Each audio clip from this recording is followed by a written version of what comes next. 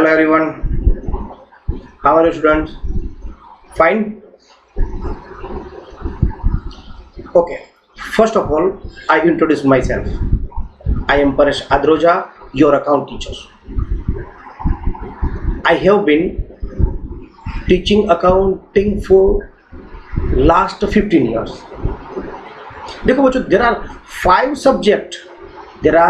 five subject in commerce stream. First one is a financial accountancy, second one economics and statistics, third one business studies, fourth one English, and last one is physical education. There are five subjects in commerce stream. During 2 years 11-12 you will study this five subject. देखो बच्चों, my subject is accountancy, so we will talk only on accountancy. Okay, before start academic session I want to clear one point. देखो बच्चों, some students believe that my mathematics is poor or average, so commerce stream is not for me. But remember one thing बच्चों, this is the quite wrong statement. Commerce and mathematics, accountancy and mathematics, totally different subject. Accountancy and mathematics different subject with the different concept. देखो बच्चों, accountancy में mathematics जैसे कुछ भी features नहीं है. Mathematics जैसा कुछ भी अकाउंटेंसी में नहीं है. अकाउंटेंसी पूरा बिजनेस के रिलेवेंट सब्जेक्ट है. समझ में आए बच्चों? आपको मैथमेटिक्स के जैसे कोई भी क्वेश्चंस या चैप्टर्स या सम्स नहीं पूछे जाएंगे. अच्छा देखो बच्चों कि अकाउंट है ना, अकाउंट ये पूरा कॉमर्स बेस पर डेवलप हुआ है ना बच्चों. तो आपको कोई भी चिंता करने की जरूरत नहीं है, किसी भी की चिंता करने की ज़रूरत नहीं है कि अगर मेरा मैथमेटिक्स पुअर है या एवरेज है तो मुझे कॉमर्स में स्पेशली अकाउंटेंसी में मुझे स्ट्रगल करना पड़ेगा या सफ़र करना पड़ेगा. डोंट वरी बच्चों, ऐसा कुछ भी नहीं है. अगर कोई कहता है तो मानना भी मत, है ना बच्चों. अब देखो बच्चों, अकाउंट ऐसा कहा जाता है कि account is a art of commerce, है ना. जिस बच्चे को आगे जाके मतलब कि 12th के बाद CA, CS, CMA, CPA ऐसे प्रोफेशनल कोर्सेज करने हैं ना, उसके लिए बच्चों 11-12 अमृत है बच्चों. अमृत समझ लो. मोस्ट इंपॉर्टेंट 2 ईयर्स है आपके, जो फर्दर स्टडी में प्रोफेशनल में जाने वाले हैं, है ना. उसको तो दिल लगा के मन लगा के ये 2 साल आपको पढ़ने हैं बच्चों. एक कंसेप्ट क्लियर करना है आपको. देखो बच्चों, ये अकाउंट सब्जेक्ट कैसा है, आप अगर उसको फील करोगे ना, फील तो ही आपको जल्दी से वो समझ में आएगा. आपको सिर्फ पढ़ने खातिर पढ़ना नहीं है, सब्जेक्ट को फील करना बच्चों. जब आप फील करोगे ना सब्जेक्ट को, तब वो सब्जेक्ट आप उसकी गहराई में या डेप्थ में जा सकोगे, है ना. देखो बच्चों, अकाउंट सब्जेक्ट है ना, अकाउंट सब्जेक्ट एक प्रैक्टिकल सब्जेक्ट है एज वेल एज थ्योरी भी है. ऐसा नहीं है कि पूरा प्रैक्टिकल ही है. नो डाउट प्रैक्टिकल पोर्शन ज़्यादा है, लेकिन अगर आपकी थ्योरी मतलब कि कंसेप्चुअली आप जो देखा जाए तो कंसेप्ट सब है ना वो थ्योरी पोर्शन में आता है. अगर आपका कंसेप्ट क्लियर है ना तो आपका प्रैक्टिकल का बेस उतना ही स्ट्रॉन्ग रहेगा बच्चों. देखो ऐसा है कि account is a language of business. Account is a language of business.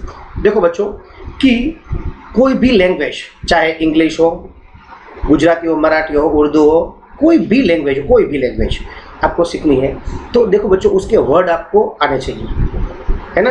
अगर आपके पास उसके वर्ड, जिसको हम टर्म्स कहते हैं, अगर वर्ड नहीं है ना आपके पास तो वो लैंग्वेज को आप सीख नहीं पाओगे. You can not learn the any language.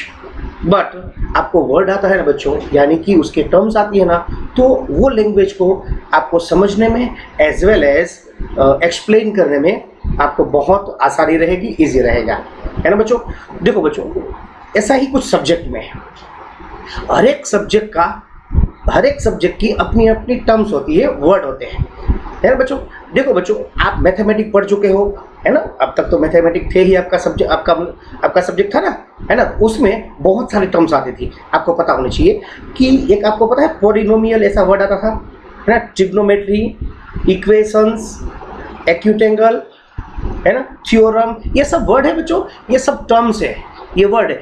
इसको ये आपको अगर मैं एक्यूट एंगल बोलूँ तो आपके माइंड में तुरंत क्लिक होगा, लाइट हो जाएगी कि सर इसकी बात कर रहे हैं, क्योंकि आपका वर्ड वो वर्ड का एक्सप्लेनेशन पता है, मीनिंग पता है आपको एक्यूट एंगल का, इसलिए आपको वो बात समझ में आएगी। अगर मैं ऐसे बोलूँ debtor, creditors, insolvency, bad debts, ये वो सब वर्ड बोलूँगा मैं तो आपको कुछ भी पल्ले नहीं पड़ेगा, कुछ भी समझ में नहीं आएगा कि सर ने क्या बोला, क्योंकि वो टर्म से आप अवेयर नहीं हो, इसीलिए आपको वो चीज़ समझ में नहीं आती।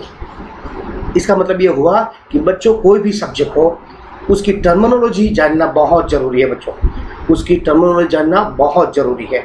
अगर आपको टर्मिनोलॉजी आ गई ना बच्चों तो आपको वो सब्जेक्ट में बहुत हेल्पफुल रहेगा, है ना बच्चों। देखो बच्चों कि अकाउंट है ना, अकाउंट मैं एकेडमिक सेशन शुरू करूँ ना उससे पहले हम ऐसे ही कुछ बेसिक्स टर्म जानेंगे।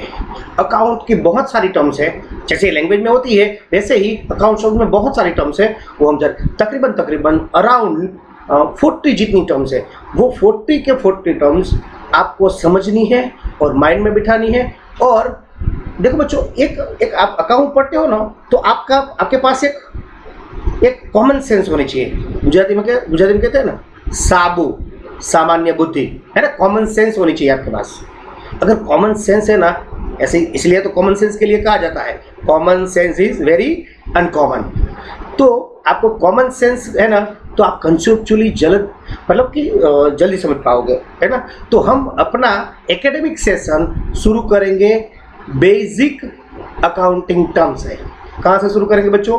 बेसिक अकाउंटिंग टर्म्स है। देखो बच्चों आपको एक पीडीएफ दी जाएगी, उसमें सब बेसिक अकाउंटिंग टर्म्स होगी, है ना बच्चों।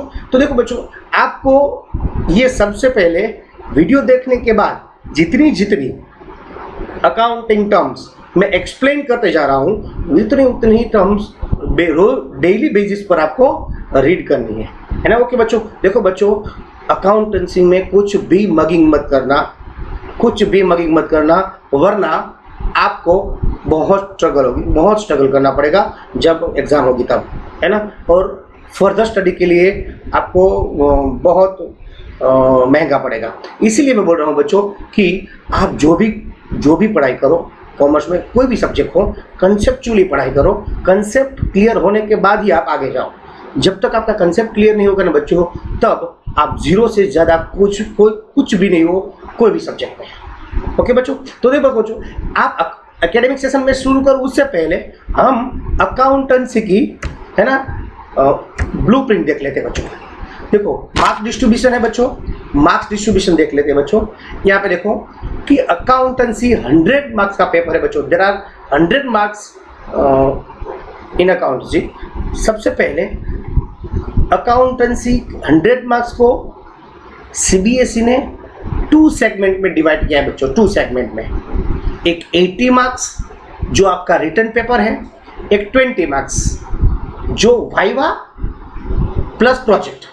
वाइवा मतलब प्रैक्टिकल एंड प्रोजेक्ट मतलब आपको प्रोजेक्ट बनाना होगा पूरे अकाउंटेंसी में। वो कंप्रेहेंसिव प्रोजेक्ट होगा बच्चों, वो एंड ऑफ सिलेबस दिया जाएगा। ओके बच्चों। तो इस तरह से आपका 100 मार्क्स का पेपर, 100 मार्क्स अकाउंटेंसी का 2 सेगमेंट में डिवाइड किया गया है। 80 मार्क्स का written paper, 20 marks viva plus project. Again बच्चों 80 marks written paper also divided into 2 parts. One is the part A and part B. Again part A 52 marks. उसमें बच्चों देखो part A में 52 मार्क्स कैरी करता है, इसीलिए उसमें theory, framework and accounting process, ये 2 सब्जेक्ट है। देखो अकाउंटिंग में देखा जाए ना बच्चों तो ओवरऑल 22 जितने चैप्टर्स हैं। कितने बच्चों? 22 जितने चैप्टर्स हमारे डीके गोयल में, है ना। लेकिन दूसरी रेफरेंस बुक, कोई स्कूल दूसरी रेफरेंस बुक प्रीफर करता है तो उसमें कम ज़्यादा चैप्टर हो सकते हैं, लेकिन हमारे डीके गोयल में कितने चैप्टर बच्चों? 22 चैप्टर्स। अब देखो बच्चों पार्ट बी में सिर्फ फाइनेंशियल स्टेटमेंट है ना, उसके 3 चैप्टर है, तो 3 चैप्टर इसमें इंक्लूड है ना। ओके बच्चों, बाकी के जो रेस्ट ऑफ चैप्टर है वो पार्ट ए में है। पार्ट ए में 2 टॉपिक है बच्चों, अगेन याद रखना, theory framework and accounting process. And part B में बच्चों 28 मार्क्स है, उसमें 3 चैप्टर इंक्लूड है, फाइनेंशियल स्टेटमेंट्स। एक्चुअली ये फाइनेंशियल स्टेटमेंट वो हेडिंग है, बट रिमेंबर वन थिंग बच्चों कि उसमें 3 चैप्टर है ना, बाकी के जो भी चैप्टर है वो पार्ट ए में आएगा। तो इस तरह से कुछ सीबीएसई ने मार्क्स डिस्ट्रीब्यूशन किए हैं अकाउंटेंसी क्लास 11 के लिए बच्चों। देखो बच्चों, क्लास 11 का इस तरह का पेपर है ना। अब देखो, अब मैं बात करूं कि कोई भी अकाउंटिंग बेसिक टर्म्स, उससे आपको ये पता चलेगा कि कोई भी वर्ड क्या बोल रहा है, क्या कह रहा है, उसका मीनिंग क्या है, ताकि आपको बिजनेस की लैंग्वेज समझ में आए, है ना। तो ये सेक्शन हम नेक्स्ट वीडियो लेक्चर में मैं स्टार्ट करूँगा। उसके एक्चुअली आपका रियल अकाउंट शुरू होगा नेक्स्ट वीडियो लेक्चर से। ओके बच्चों, अच्छा बच्चों, यस, हमारा वीडियो लेक्चर यहाँ पे ख़त्म होता है, और नेक्स्ट वीडियो लेक्चर में आप अच्छी तरह से फोकस लगा के बैठना, और कुछ भी छूट जाए तो रिवाइंड करके भी आप देख लेना। ओके बच्चों, थैंक यू।